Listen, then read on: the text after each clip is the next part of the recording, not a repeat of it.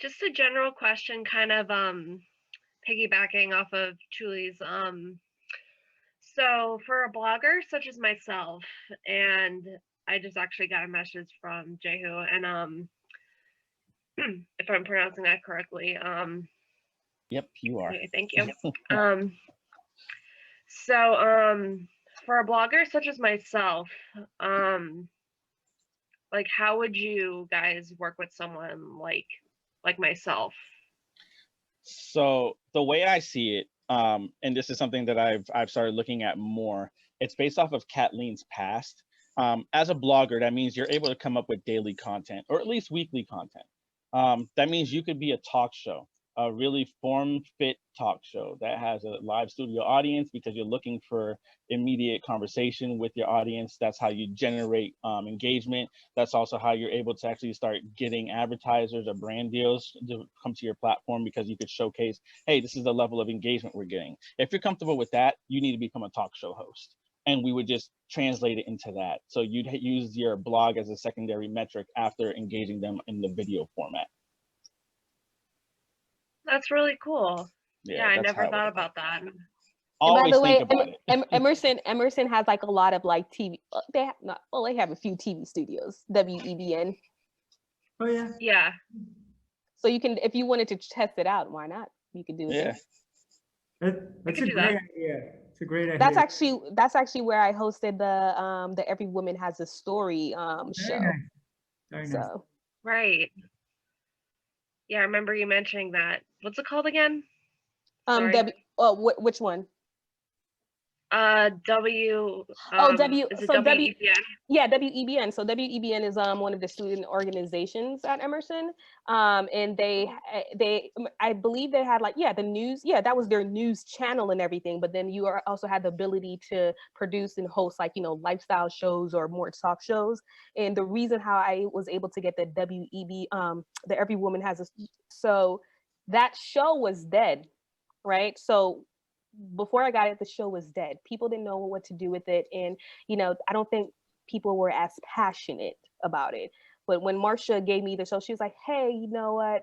I think you can do something with the show. And the fact that it was just about women, and obviously I'm passionate about women, and I want to see more stories based on women, specifically women trying to overcome obstacles in their lives. I'm like, oh, okay, perfect. I'll take the show. And that's another thing that I want to just say to everybody, not that you guys asked, but I feel like you can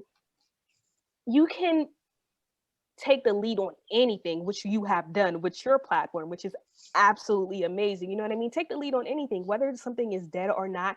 You're the one who has the vision. You can like build it up to what you want it to be. And I didn't know, first of all, I had no prior knowledge to producing a show. All I knew was just like, oh, this is what I want, and this is what I need to do. So I need to build a team. So I built a team around me with people that had specific skill sets, an editor, a director. It's just like people that were more skilled than I was in areas. And that's what Jehue did. You know what I'm saying? So he was like, okay, well, I need a creative person. I need this, that, and a third. And that's one thing that I appreciate about Jehue. He knows what he wants, and he's going to get what he wants. And it's just like, I like that, so it's just like the fact that's why I'm very happy about you and your platform, what you're able to do and getting college students. So it's just like, just anybody. It's just like, you just need to recruit the right people for your team in order to build it. So I recruited people for my team for this specific project, and then we were able to build it and did an amazing first season. And that right there, that's what kind of birthed the entrepreneur within me. Is like, oh, this is what you have to do? Why don't I apply that to a business? This makes sense. But yeah, not that anybody else, but just that little tidbit. And April, given that you're doing a blog, I always see this is my issue with blogs, because I used to write on MySpace, because that's how old I am. And I used to do a ton of blogs on MySpace, and they were ridiculous. And there was like X-Men that would interrupt my blog, and then they would be talking. I had to like do too much to make the blog entertaining. It's almost like you get a different level of judgment when it's written, because everybody expects for you to have crafted this exactly in some manner to deliver it. So it's always consumed at that level, and it needs to always be evergreen to a degree. Whereas video exists so you can have those nuances and those, subtle, a look carries more than words could ever describe. You know, an emotional moment is portrayed better in video when you're talking to another person than you could ever get and convey from something written. And that gives you more wiggle room where you have to do less, but it's so much more poignant in what you're doing. You can do, if it's like a 4-minute read, you can do a 2-minute show and get more than you could out of the 4-minute read. The 4-minute read could just be something that gives you more of the detailed nuances, like the minutia of what that show was supposed to be about. So just think about it. You have all of the elements and all of the resources at hand. Make do with it now, especially given that it's pandemic time. Like, run wild with it while you have a chance. You don't want to look back and regret not trying it. Thank you. I appreciate that. As long as you have a video camera and you know you already have your script and stuff like that, and you have good lighting, you just do it yourself. That's it.